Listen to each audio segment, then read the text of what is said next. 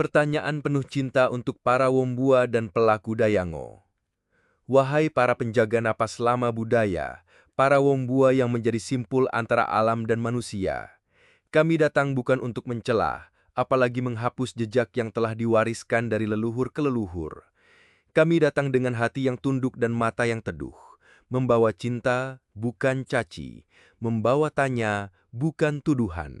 Sebab kami tahu di balik tiap mantra dan gerak tubuh yang menggigil di tengah malam Dayango, tersembunyi sebuah keinginan luhur, menjaga kehidupan, menolak kehancuran, dan merawat keseimbangan antara manusia dan semesta. Maka izinkan kami, saudaramu dalam darah dan tanah ini, bertanya dengan kerendahan hati, agar tradisi ini bukan ditinggalkan, tapi diterangi, bukan dikubur, tapi ditafsirkan ulang dalam cahaya kebenaran. Pertanyaan-pertanyaan ini bukanlah ujian untuk menghakimi, melainkan jembatan untuk saling memahami, agar kita bersama menapaki jalan kearifan yang bersandar pada langit dan berpijak di bumi. 1. Apa yang menjadi dasar keyakinan bahwa makhluk gaib seperti Pulau Huta perlu dipanggil atau disenangkan melalui ritual? 2.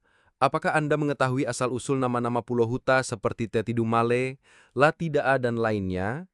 Dari mana informasi itu diwariskan?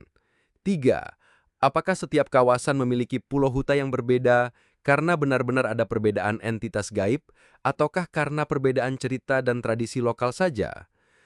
4. Apakah makhluk-makhluk yang dipanggil itu menurut Anda jin, arwah leluhur, atau makhluk lain? Bagaimana Anda membedakannya?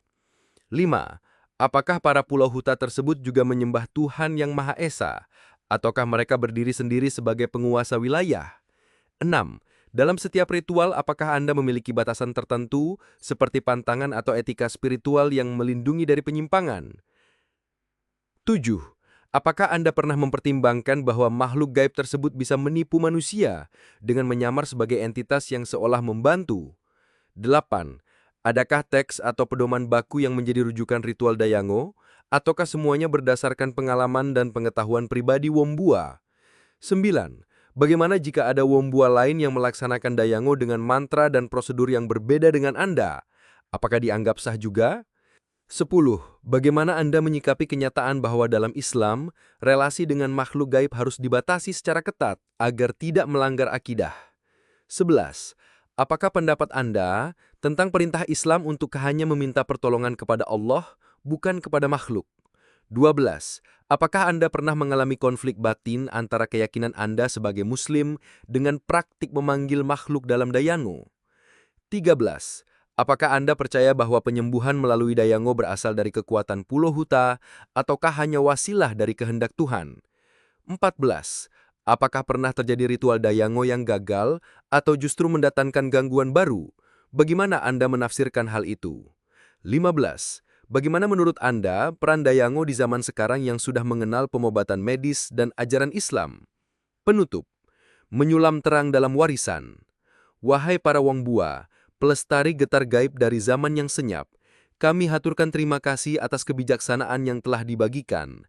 Setiap kisah, setiap mantra, dan setiap denyut pemahamanmu adalah jendela bagi kami untuk mengerti warisan yang pernah menjagai hidup orang-orang terdahulu.